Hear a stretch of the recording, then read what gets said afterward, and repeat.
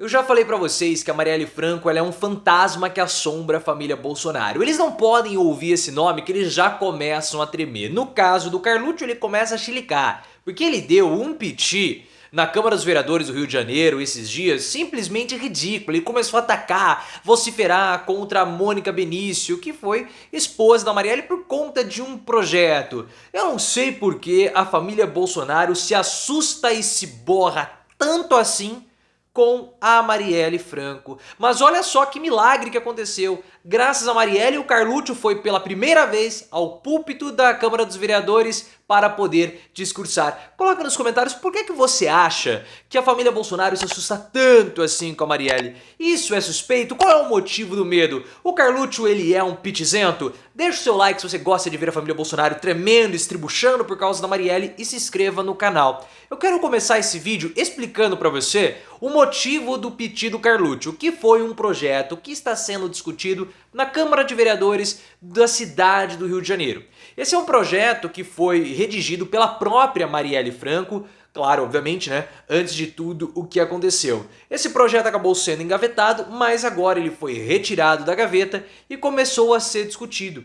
E é um projeto interessante que visa, que promove, né, enfim, que a Prefeitura do Rio de Janeiro coloque cartazes em locais espalhados pela cidade, informando as mulheres sobre os seus direitos de prevenção à contaminação, de contraírem doenças e outras coisas, como por exemplo, você tirar, né, caso você acabe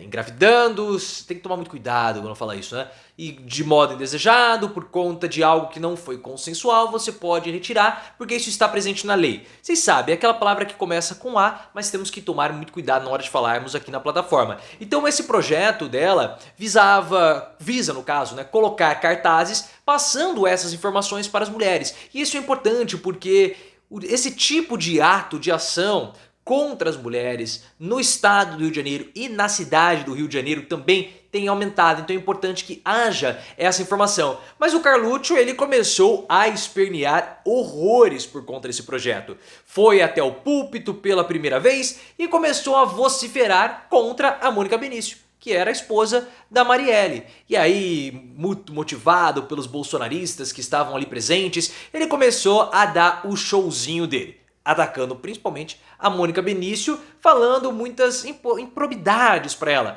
falando que ela quer legalizar aquela palavra que começa com A e depois parece que tem um boto, né, mas tem um R ali, você sabe do que eu tô falando, que ela é uma criminosa e várias outras coisas mais. E aí ele começou a inflar a turba bolsonarista, eles começaram a chamá-la de assassina. Olha só o que aconteceu. E o Carluccio, ele defendia que o texto, na verdade, tivesse que ser aprovado, o texto original escrito pelo vereador Rogério Amorim, que é irmão do deputado Rodrigo Amorim, que foi aquele deputado que rasgou a placa da Marielle junto com o Alexandre o Silveira, né, o Alexandre Silveira, que agora está preso, né, e fica lá na prisão dele, na cela, rodeado de ratos. Essa foi uma reportagem recente. E o texto do Rodrigo Amorim, ou melhor, do Rogério Amorim, na verdade, orienta as mulheres a procurarem uma delegacia e nós já vamos falar daqui a pouco. O que eu gostei mesmo foi da resposta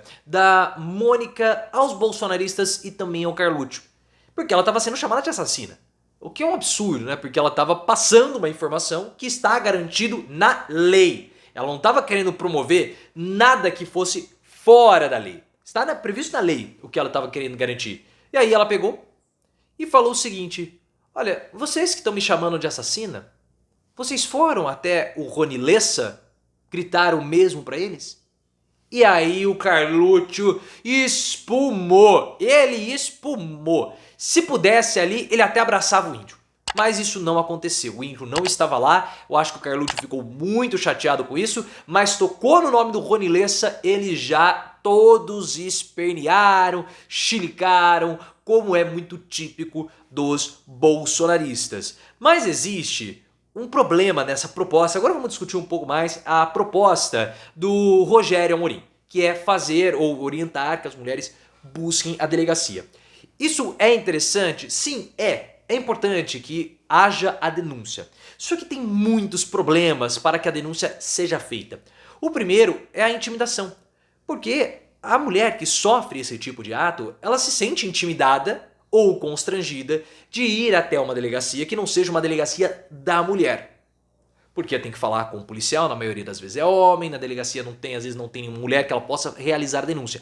Então é importante que sejam feitas delegacias da mulher, que hajam somente mulheres ali trabalhando, policiais mulheres, para que haja um contato mais próximo, um acolhimento mais próximo e uma possibilidade de abertura maior. Porque nós sabemos, e até tem muitas pesquisas sobre isso, a Folha de São Paulo tem uma reportagem lá de 2019, tá? Por conta da pandemia, esse número pode ser ainda maior. Só que a Folha de São Paulo mostrou nessa reportagem, já tem alguns bons anos, né, que pode estar desatualizada, que a maioria das mulheres, elas não denunciam os casos.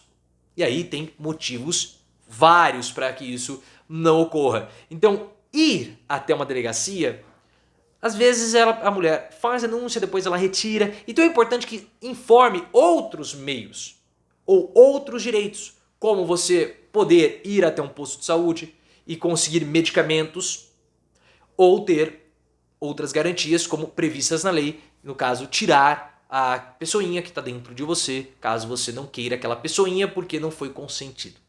Vocês entenderam o que eu acabei dizendo.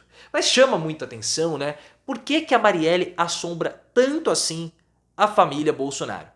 No início do mês, né, nós tivemos o 5º ano do ocorrido com a Marielle. E aí os bolsonaristas começaram a falar do Adélio Bispo, da Marielle. É uma coisa que assombra eles. Porque sempre os principais suspeitos possuíam alguma relação com a família Bolsonaro. Primeiro deles, o Adriano da Nóbrega. Relação próxima com o Flávio.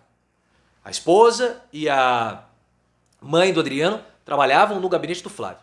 2 contas administradas pelo Adriano da Nóbrega recebiam dinheiro da rachadinha enviado pelo Fabrício Queiroz. Ah, não foi mais o Adriano da Nóbrega, agora é o Rony Lessa. Rony Lessa, que você sabe, morava junto com o Bolsonaro no mesmo condomínio. Bolsonaro falou que eles não se conheciam. O porteiro falou que as pessoas que chegaram à casa, que chegaram ao condomínio no dia do ocorrido com a Marielle, falaram que iam para casa do Bolsonaro. Uma situação que depois ficou muito mal esclarecida. Então sempre ela assombra. O Bolsonaro, ele deve sentir que ela puxa o pé dele todas as noites. É por isso que ele deve chorar no banheiro, como ele já disse que faz. Que faz, ou que fazia, que faz ou que fará.